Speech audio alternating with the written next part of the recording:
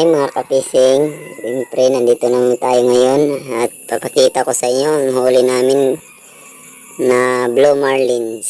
Ayan mga kapising, nakatali pa ng pisi tapos iakyat pa natin siya mga kapising. Ayan, hinihila na yun ng mga kasama ko.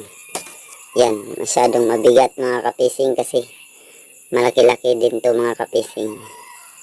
Ayan. Sa mga hindi nakakilala, yan po ang buo ng blue marlins. Yan, malakas yan mga kapising kasama ko. Ito naman si Inday mga kapising. Parang nanghihina na yung kasama ko kasi 10 blue marlins po yung huli namin sa isang araw mga kapising.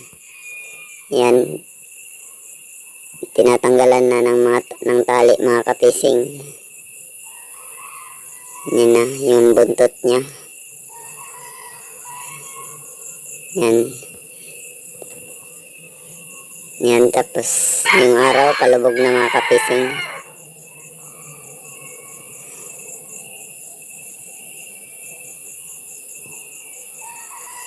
Yan, andun yung mga kasama ko, nanghuhuli pa ng tuna.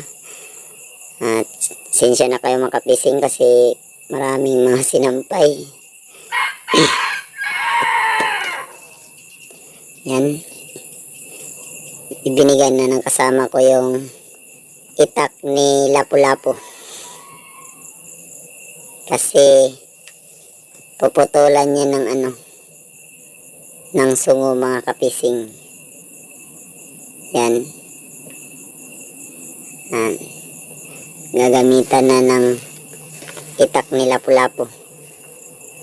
Ang puputulin yan yung sungo mga kapising. Pakatigas po ng sungo ng blue marlins na. Kasi naputulan po namin mga kapising pag nakahuli kami ng yellowfin para kasi pag yan hindi po nakasya sa ice box.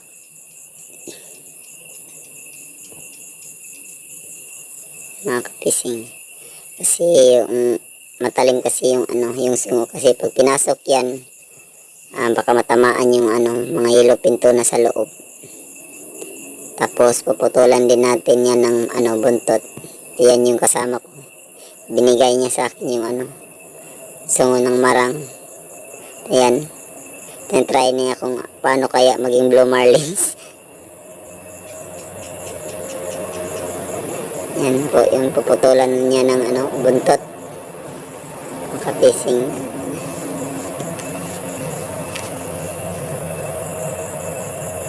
Yan, ganyan lang po magputol ng buntot mga kapising. Napakahirap po yan hulihin ng blue marlins mga kapising. Yan, napakatigas po ng buto.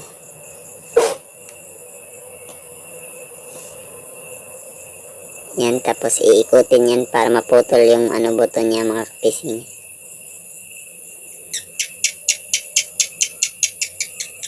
Yan.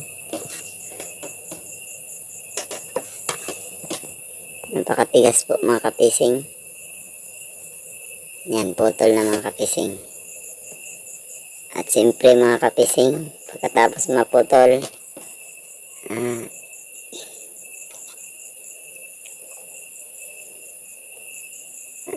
bubuksan na namin yung box. Si Inday walang nang ginagawa mga kapising kasi pagod na si Inday. Yan po yung yung isang pakura niya mga kapising sa akin po yan. Wala na injury kasi nasiraan ng makina.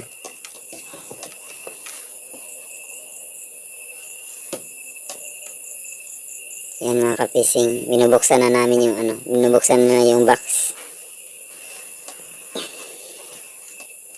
Diyan po namin dinalagay yung mga huli namin mga kapising.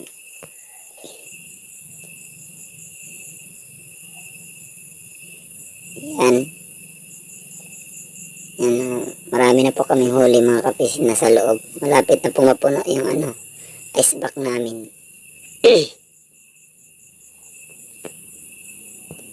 Yan. Papasok na namin mga kapising. Itong blue marlins.